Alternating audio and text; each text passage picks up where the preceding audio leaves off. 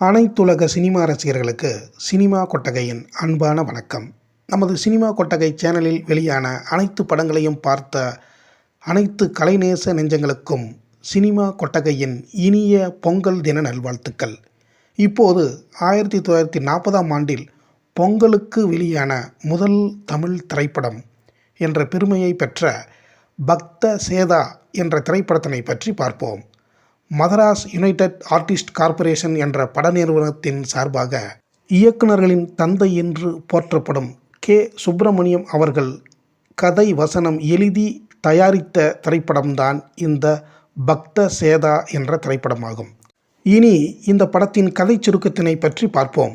எப்போதும் புதுமையான படைப்புகளையும் புரட்சியான கருத்துக்களையும் படமாக எடுத்து வெளியிட்டு வெற்றி பெற்று வரும் கே. சுப்பிரமணியம் அவர்கள் இந்த பக்த சேதா திரைப்படத்தினை எடுக்கும் பொழுது பலர் அவரை எடுக்க வேண்டாம் என்று தடுத்தார்கள், தடை விதித்தார்கள். அதையே மீறி இந்த பக்த சேதா திரைப்படத்தினை எடுத்தார். இது ஒரு புரட்சி காதல் கதையாகும். கதை என்னவென்றால், பலர் அறியாத அரிதான பகுதியான பாண்டவர்கள் வனவாசம் செய்யும் பொழுது துரியோதனன் ஆட்சி செய்கிறான் ஹஸ்தினாபுரத்தினை. அங்கு துரோணாச்சாரியார் மிகப்பெரிய குருவாக இருக்கின்றார். சேதா என்னும் தாழ்த்தப்பட்ட சமூகத்தை சேர்ந்த செருப்பு தைக்கும் தொழிலாளி ஹஸ்தினாபுரத்திற்கு அருகில் உள்ள சேரி பகுதியில் வசிக்கும் அதிதீவிர விஷ்ணு பக்தராவார். சேதாவை போன்றவர்களுக்கு கடவுளை வணங்குவதற்கு எந்த உரிமையும் இல்லை என்று நம்பும் துரோணாச்சாரியார் சேதாவை இழிவான முறையில் நடத்துகிறார். இந்நிலையில் சேதாவின் மகன் சேவா துரோணரின் மகள் சாந்தாவை காதலிக்கிறான்.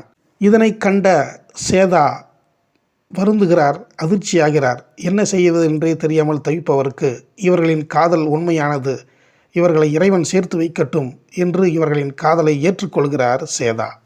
இதனை அறிந்த துரோணாச்சாரியார் சேவாவின் காதலை தீவிரமாக எதிர்க்கிறார். இந்த காதலை அழிக்க ஒரு திட்டம் தீட்டுகிறார். அது என்னவென்றால், 1000 சோடி செருப்புக்களை பகல் நேரத்திற்கு முன்பே தயாரித்து வைக்க வேண்டும்.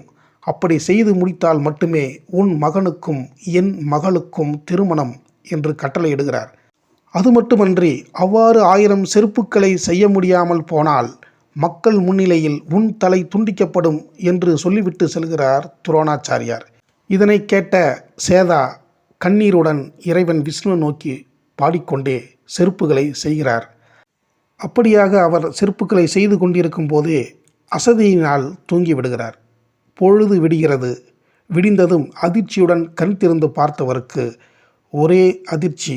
அங்கு 1000 ஜோடி செருப்புகள் செய்யப்பட்டு அடுக்கி வைக்கப்பட்டிருக்கின்றது. இது இறைவன் விஷ்ணுவின் செயல்தான் என்று விஷ்ணுவை நோக்கி பாடலை பாடுகிறார் சேதா. படைபலத்துடன் நிச்சயம் சேதா செருப்பை செய்திருக்க மாட்டார் என்று அவரை கொல்ல கோபத்துடன் வரும் துரோணாச்சாரியார் இந்த செருப்புக்களை கண்டதும் அதிர்ச்சியுடன் பார்க்கிறார். அப்போது சேதாவோ அழுகிறார். ஐயா, நான் இந்த செருப்புக்களை செய்யவில்லை, என்னை கொன்றுவிடுங்கள் என்று கெஞ்சுகிறார். உடனே துரோணாச்சாரியார் கண்மூடி சில நிமிடம் நிற்கிறார். அப்போது அது இறைவன் விஷ்ணுவின் செயல்தான் என்பதை அறிந்து கொண்டு சேதாவின் பக்தியை போற்றி உணர்ந்ததுடன் சேதாவின் மகனை தனது மகள் சாந்தாவிற்கு திருமணம் செய்து வைக்கிறார். அது மட்டுமன்றி, அந்த சேரி மக்கள் அனைவரும் கடவுளை வணங்க அனுமதி தந்து கோவிலை கட்டி வைக்கிறார். இப்படியாக முடியும் இந்த படத்தினை வெளியிட வேண்டாம் என்று சில உயர் சாதி மக்கள் கோரிக்கையினை வைத்தார்கள். ஏன் என்று இவர் கேட்டார். அதற்கு அவர்களோ, உயர் சாதி பெண்களை எல்லாம் தாழ்ந்த சாதி பையன்கள் திருமணம் செய்து கொண்டால் நம் சமூகம் என்னாவது என்று கெஞ்சினார்கள். ஆனால் இயக்குனர் கே. சுப்பிரமணியம் அவர்கள் எதை பற்றியும் கவலைப்படாமல் இந்த படத்தினை வெளியிட முழு முடிவெடுத்தார். 1940ஆம் ஆண்டு ஜனவரி மாதம் 9ஆம் தேதி இந்த திரைப்படம் தணிக்கை செய்யப்பட்டது. இன்னும் சில நாட்களில் பொங்கல் திருநாள் வருவதால் அன்று இந்த படத்தினை வெளியிடலாம் என்று அன்றைய பத்திரிகைகளில் இந்த படத்தின் போஸ்டரை வெளியிட்டார் இயக்குனர் கே. சுப்பிரமணியம் அவர்கள். 15,800 அடியில் எடுக்கப்பட்ட பக்த சேதா திரைப்படம் 1940ஆம் ஆண்டு ஜனவரி மாதம் 14ஆம் தேதி பொங்கல் தினத்தில் இந்த திரைப்படம் வெளியானது. இந்த படம் வெளியான அனைத்து திரையரங்குகளிலும் ஹவுஸ்ஃபுல் காட்சியாக சூப்பர் ஹிட்டாக ஓடியது. இந்த படம்தான் தமிழ் திரையுலகில் பொங்கல் தினத்தில் வெளியான முதல் படமாகும். 21 பாடல்களை கொண்ட இந்த படம் மாபெரும் வெற்றி பெற்றது. சாதி மோதலுக்கும் சமுதாய ஒற்றுமைக்கும் பாலமாக இருந்த புரட்சி காதல் படமாக கொண்டாடப்பட்டது. இந்த வெற்றி படத்திற்கு VS பார்த்தசாரதி என்பவர் இசையமைத்திருக்கிறார். கமால் கோஷ் என்பவர் ஒளிப்பதிவை செய்திருக்கிறார். இவர் பின்னாளில் மிகப்பெரிய ஒளிப்பதிவாளராக வலம் வந்தார். R. ராஜகோபால் என்பவர் எடிட்டிங்கையும் கலையை மோகன் பிக்சர்ஸ் நிறுவனமும் செய்து இந்த படத்திற்கு சிறப்பை பெற்று தந்திருக்கின்றன. இந்த பக்த சேதா திரைப்படத்தில் துரோணாச்சாரியாராக நடித்த கொத்தமங்கலம் சுப்பு அனைவராலும் கவனிக்கப்பட்டார். சேதாவாக நடித்த பாபநாசம் சிவன் அனைவராலும் கொண்டாடப்பட்டார். காதல் நாயகனாக அதாவது சேவாவாக மாஸ்டர் R. திருமால் அவர்களும் சாந்தாவாக G. சுப்புலட்சுமி என்ற புதுமுக நடிகையும் நடித்து இப்படத்தினை அனைத்து மக்களும் கொண்டாடும் வண்ணம் வியக்க வைத்திருக்கிறார்கள்.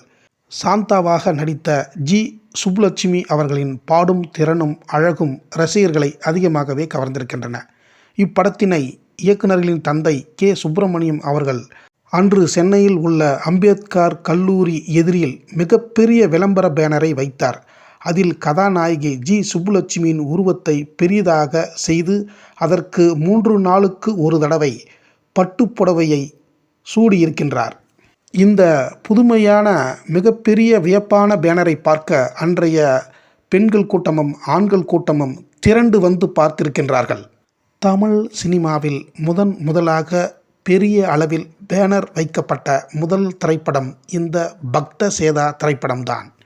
இதுவரை இந்த பக்த சேதா திரைப்படத்தினை சினிமா கொட்டகைக்கு வந்து பார்த்த அனைத்து கலைநேச நெஞ்சங்களுக்கும் என் நெஞ்சார்ந்த நன்றியை தெரிவித்துக் கொண்டு இனி இதே 1940ஆம் ஆண்டு வெளிவந்த மற்ற அனைத்து படங்களையும் அடுத்தடுத்த வீடியோவில் தொடர்ந்து பார்ப்போம். நீங்களும் பார்த்து உங்களின் ஆதரவை வழங்குங்கள் என்று கேட்டுக்கொள்கிறேன். நன்றி, வணக்கம்.